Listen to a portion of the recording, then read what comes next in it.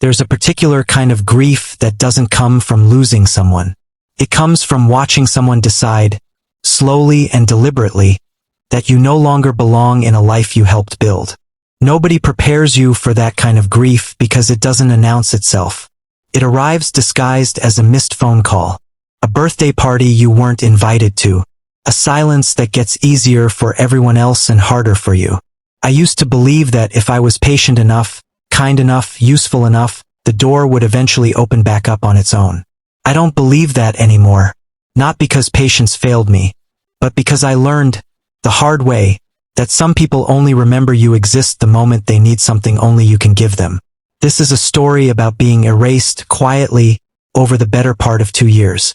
It's also a story about the peculiar kind of peace that comes when you stop needing the people who erased you, right around the same time they realize they still need you. Character establishment. My name is Frank Deletti. I'm 61 years old. I spent 34 years as a machinist before retiring 2 years ago, and if you'd asked anyone at the shop to describe me, they'd have told you I was the guy who never missed a shift and never raised his voice on the floor, even when a piece came out wrong after 6 hours of work. I raised one son, Michael, mostly on my own after my wife, Carol, passed from cancer when Michael was 14. I never remarried. Not out of loyalty to some idea of grief, I just never felt the need. Michael and I built a quiet, steady life together in the same house in Parma, Ohio, where I still live. I coached his baseball team for 6 years. I taught him to weld in the garage the summer he turned 16. I paid for most of his wedding without being asked, because that's simply what a father does when he can. 3 years ago, Michael married a woman named Jessica Ryerson. I liked her at first. She was sharp, ambitious, worked in medical device sales, and clearly loved my son.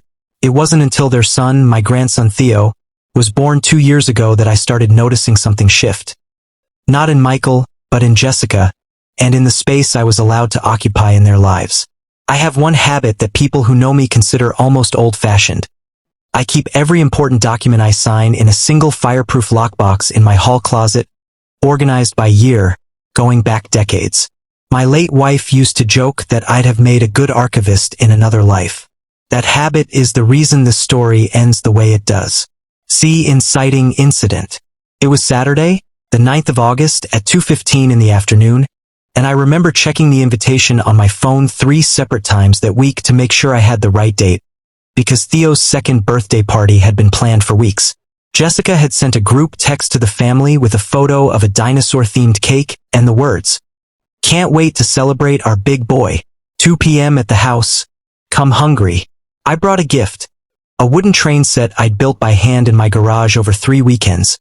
Sanded smooth, painted with non-toxic paint, with Theo's name burned into the side of the engine car.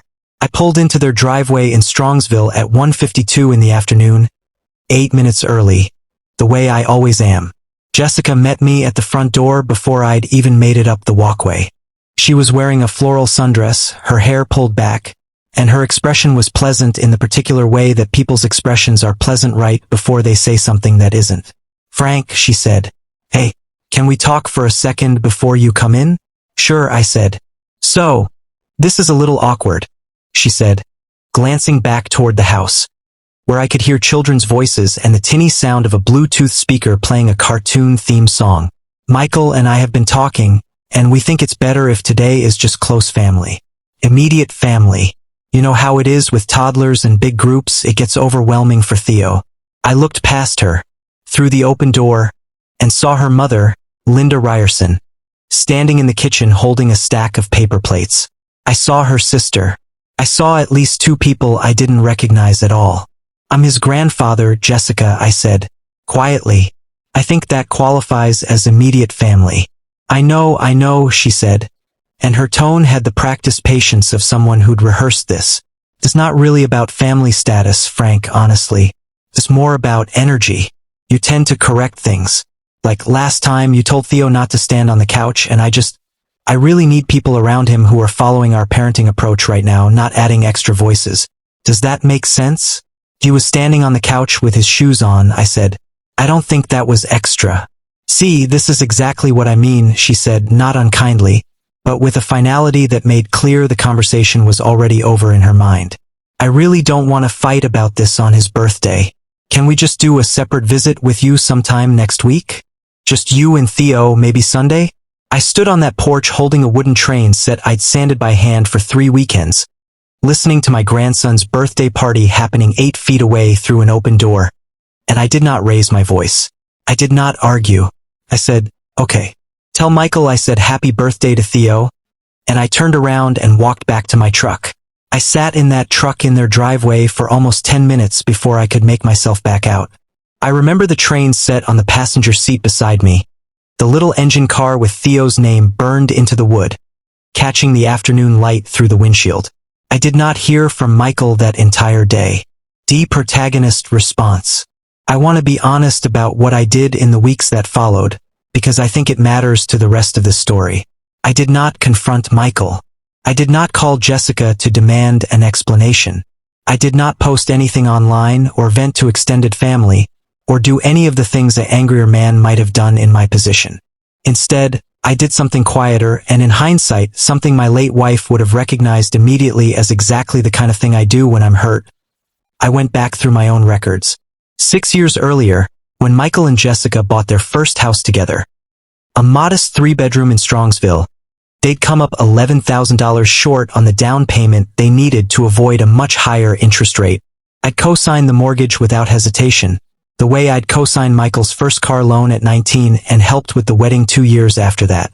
I didn't think of it as leverage at the time. I thought of it as being a father. What I hadn't fully registered until I pulled the paperwork out of my lockbox that week was the specific structure of that co-signature. Because of some quirk in how their credit union processed joint mortgages with a co-signer at the time, I wasn't just a guarantor. I was listed as a secondary title holder on the mortgage documents, with rights that would need to be formally released before certain refinancing actions could proceed without my signature. I hadn't thought about this arrangement in years. Michael and Jessica, as far as I could tell, hadn't thought about it either. I kept this to myself. I didn't mention it to anyone. For the next 3 weeks, I lived a completely normal life. I had coffee with 2 old coworkers on Tuesdays, I mowed my lawn, I called Michael twice, both calls brief and pleasant, both calls in which he did not bring up the birthday party and neither did I. I want to be clear that I wasn't waiting to use this information as a weapon. I genuinely didn't know at that point that I'd need to use it at all. I was simply a man who had been quietly shut out of a room, sitting with the discomfort of that, the way I've sat with discomfort my whole life, without making noise about it. Mid-story CTA. Before I keep going, I want to say a quick thank you to everyone who's been with this channel for a while, and a welcome to anyone new. If stories like this speak to something in your own life, consider subscribing and leaving a like. It helps more than you'd think. And I'd love to hear where you're watching from tonight, so drop that in the comments. Now let's get back to it. Escalation. 3 weeks after the birthday party, on a Tuesday evening, I got a call from Michael. His voice had a strain in it I recognized immediately, the same tightness he'd had as a teenager whenever he'd wrecked something and needed to tell me before I found out another way. Hey Dad, he said, can I come by tonight? Just wanted to talk about something. He arrived around 7:30, alone, and sat at my kitchen table, the same table Carol and I had bought 30 years earlier, looking like a man who'd rather be anywhere else. Jessica and I want to refinance the house, he said. Rates dropped, and honestly, with Theo's daycare costs, we need to lower the monthly payment. Our loan officer at the credit union pulled the original paperwork and said, he paused, said your name is still on the title. Not just the loan, the title. We need you to sign a release before they can process anything. I let that sit in the kitchen for a moment. Michael looked at me the way he used to look at me as a boy, right before asking for something he suspected he didn't deserve. I didn't realize that was still the arrangement either, honestly, I said, which was true mostly. I hadn't realized the full extent of it until I'd gone digging 3 weeks earlier. Dad, I know things have been weird, Michael said. With Jessica. With the birthday thing. I should have called you that day. I should have said something. I didn't, and that's on me. Why didn't you? I asked. Not sharply. Just honestly. Because Jessica gets protective about Theo, and about how things run in the house, and I didn't want to be in the middle of a fight on his birthday, Michael said. But I've been sick about it for 3 weeks. You should have been there. That's not up for debate in my head. It just is what it is, and I let it happen anyway. I appreciated that he said that. I want to be fair to my son in this story. He was not the architect of what happened at that party, and he knew it, and to his credit, he didn't try to pretend otherwise sitting at my kitchen table. So you need my signature, I said. We do, Michael said. Jessica actually. She wanted me to ask you tonight if that's okay. She's a little stressed about the timeline. The rate lock expires in 10 days. I thought about the wooden train set still sitting on a shelf in my garage, because I hadn't been able to bring myself to give it to Theo separately the way Jessica had suggested. Not yet. Tell Jessica I'll think about it, I said. Michael looked surprised. Dad, it's just a signature. It's basically a formality. It might be a formality to her, I said. It isn't quite a formality to me. Give me a few days. Gee, the turn. I didn't take a few days to think about the signature itself. I already knew, morally, that I wasn't going to hold my own grandson's financial stability hostage over a birthday party. No matter how much it had hurt me. That was never who I was going to be in this story, and I want to be honest about that. What I took a few days to arrange was a conversation. I called Jessica directly the following Friday evening, at 6:40, and asked if she and Michael could come by Sunday afternoon to talk through the refinance paperwork together. So everyone's clear on what's being signed and why. She agreed with a politeness that had a faint edge of impatience underneath it, the sound of someone eager to get a formality out of the way. They arrived Sunday at 2 o'clock in the afternoon. I'd made coffee. I'd also quietly printed 3 copies of the original title documents from 6 years earlier, along with a simple one-page document I drafted myself over the weekend, in plain language, and had reviewed briefly over the phone with an old friend from the Machinist Union who'd gone on to become a paralegal, just to make sure the wording held up. I want to sign the release, I told them both, once we were seated at the table. I'm not going to make this difficult, and I'm not going to hold Theo's daycare costs hostage over anything. That's not who I am, and I think you both know that. Jessica visibly relaxed. Thank you, Frank. That really means a lot. But I want to say something first, I continued, and I want to say it plainly, the way I should have said it 3 weeks ago instead of getting in my truck and driving away. I looked at Jessica directly. I understand you have concerns about parenting approaches, and about how things run in your home, and that's entirely your right as Theo's mother. I've never once tried to override anything you and Michael decide for him. But I am his grandfather, and I have been present in this family's life in ways that go well beyond a birthday party, including, as it happens, being on the title of the house you're both currently trying to refinance. Jessica's expression shifted slightly. I don't think that's really related, Frank. It's not a threat, I said, keeping my voice level. The same voice I'd use walking someone through a blueprint at the shop. I'm signing this release today, regardless of anything else we discuss. But I wanted you to understand something before I do. I have never once needed to be reminded that I'm part of this family.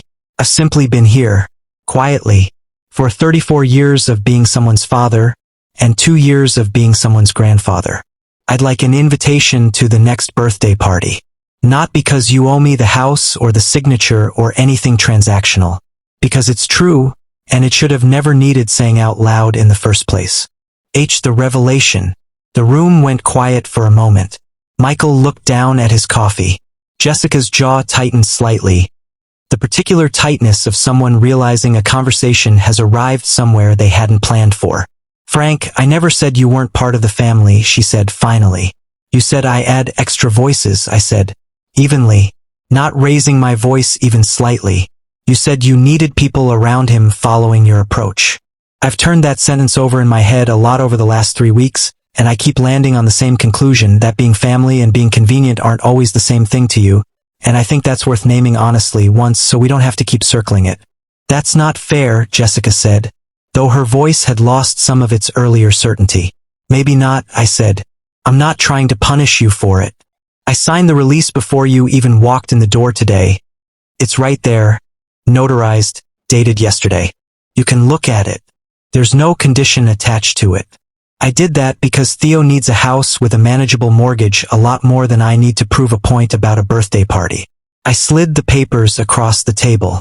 Jessica looked down at them, then back up at me, and for the first time in this entire ordeal, I watched something in her face soften. Not defeat, exactly, but recognition. I didn't realize how much that day cost you, she said, quietly. It cost me a Saturday afternoon and a wooden train set still sitting in my garage. I said, "That's all. I'm not asking for an apology tour, Jessica. I'm just asking to be somebody's grandfather without an application process." Michael reached over and put his hand on Jessica's arm. Not saying anything, just present. She nodded once and said, "Theo's turning 3 in April. We'll do it here, actually, if that's all right with you. Save you the drive." I final beat. I gave Theo the wooden train set 2 Sundays later, on an ordinary visit that nobody had to negotiate the terms of in advance. He ran it across the kitchen floor for almost 40 minutes straight, making the sound effects 3-year-olds make for things that don't need sound effects, and I sat on the floor with my back against the cabinet watching him the way I used to watch Michael do the exact same thing at that age in almost the exact same spot. My late wife Carol used to say that being a father and later being a grandfather wasn't about being needed constantly. It was about being reliably present for the moments that mattered, without keeping score of the ones that didn't go your way. I thought about that a lot sitting on that kitchen floor. I hadn't kept score, not really. I'd simply kept records out of habit the way I keep records of everything.